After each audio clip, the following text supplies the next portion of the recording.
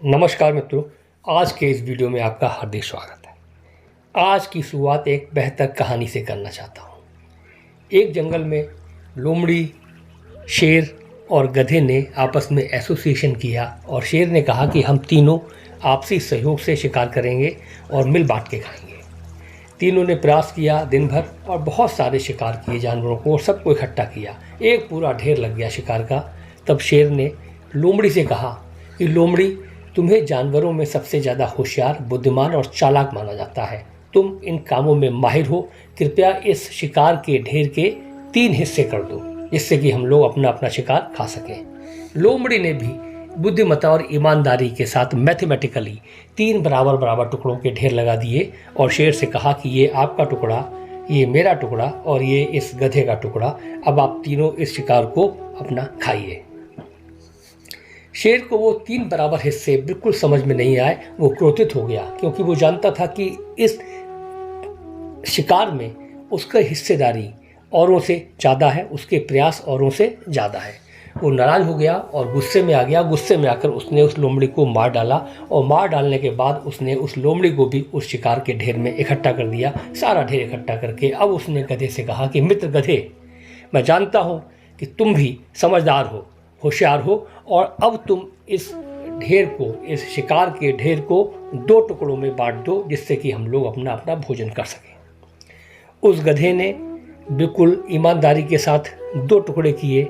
एक टुकड़े में उसने एक मरा हुआ कौवा रखा जो उसने अपने लिए रखा और बाकी पूरा शिकार का ढेर उसने एक जगह लगा दिया और उसने शेर से कहा कि ये मरा हुआ कौवा मेरे हिस्से में और ये सारा शिकार का ढेर आपके हिस्से में।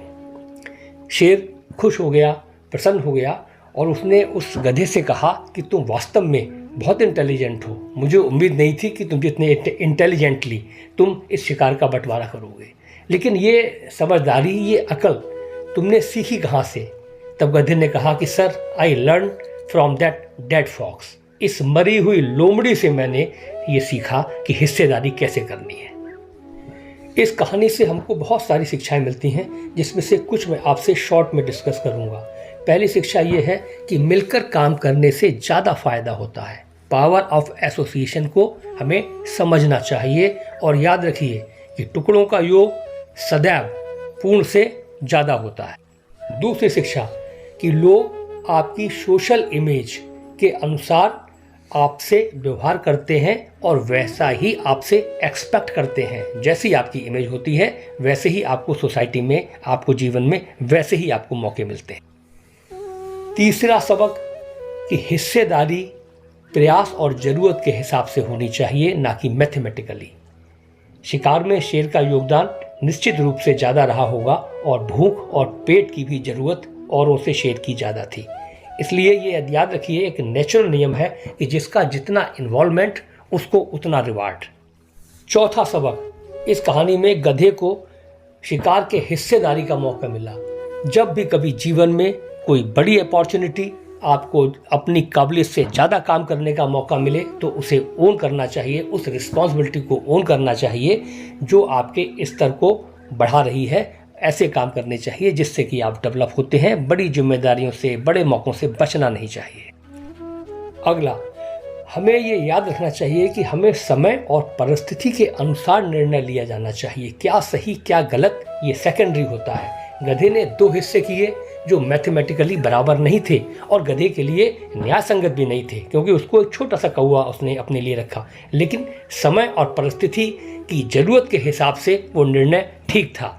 कभी कभी समय और परिस्थिति के अनुसार हमको वो निर्णय लेने पड़ते हैं जो न्याय संगत भी नहीं होते और गलत होते हैं। एक सबक ये भी बहुत महत्वपूर्ण है, जो मेरे हिसाब से सबसे ज़्यादा महत्वपूर्ण है, कि गधे ने लोमड़ी के अनुभव से सीख ली। और याद रखिए कि दूसरों के अनुभव से सीखना सदा फायदेमंद होता है और दूसरों से सीखने का अनुभव भी 2 तरफा होता है। एक, जीवन में लक्ष्य प्राप्ति में गलती ना हो, आप जीवन में अपने राह में गलती ना करें, ये दूसरों की गलतियों से सीख लें। और दूसरा ये कि लोगों के अचीवमेंट, लोगों की सक्सेस को फॉलो करें, उनसे सीखें कि सफलता कैसे प्राप्त की जाती है, लक्ष्य को कैसे प्राप्त किया जाता है। और इन दोनों ही मामलों में, यानी गलतियों से बचने के लिए और सही काम को बेहतर करने के लिए हमको दूसरों से सीखना चाहिए। और इन दोनों कामों में समय की बचत होती है और रिस्क भी कम रहता है।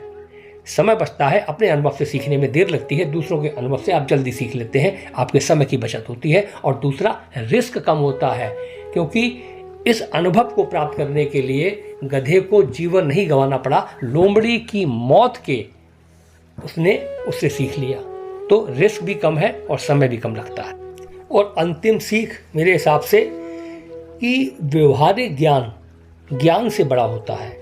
जो ज्ञान हम पुस्तकों में लोगों से सीखते हैं, जानते हैं, उससे बड़ा वो है कि व्यवहारिक ज्ञान है। उस ज्ञान को कैसे उपयोग करना है, कैसे ज़रूरत के हिसाब से उसको अप्लाई करना है, ये बहुत महत्वपूर्ण है। एक छोटी सी आपने किस्सा सुना होगा कि 3 विद्यार्थी किसी संत से शिक्षा ग्रहण करके अपने घर को लौट रहे थे। तो रास्ते में उन्होंने देखा कि कुछ हड्डियां पड़ी हुई हैं। तो पहले शिष्य ने कहा कि मैं इस हड्डियों को जोड़कर एक पिंजर बना सकता हूँ। ये किसकी हड्डियाँ हैं, मैं मंत्र से इसको बना सकता हूँ। उसने मंत्र पढ़ा और वो सारी हड्डियाँ जुड़ गई और वो शेर का पिंजर बन गया। दूसरे ने कहा कि मैं इस हड्डियों के पिंजर के ऊपर खाल और मांस का मैं अप्लाई कर सकता हूँ। और उसने हाथ में जल लिया और मंत्र फूंका और जैसे ही उस हड्डियों के स्केलेटन पे उसने डाला, वो शेर का पूरा मांस और सारी चीज़ें हो गई, लेकिन वो मृत था। तीसरे ने कहा कि मैं इसमें जान फूंक सकता हूँ और उसने हाथ में जल लेकर मंत्र लिया और जैसे ही उसके ऊपर छिड़का, वो शेर जिंदा हो गया और वो उन तीनों को खा गया। ऐसे ज्ञान से हमें बचना चाहिए। हमको प्रैक्टिकल एस्पेक्ट हमेशा देखना चाहिए और ये समझदारी हमें ईश्वर से मिलती है। आपने मेरे इस वीडियो को ध्यानपूर्वक सुना, उसके लिए आपका बहुत बहुत धन्यवाद। नमस्कार।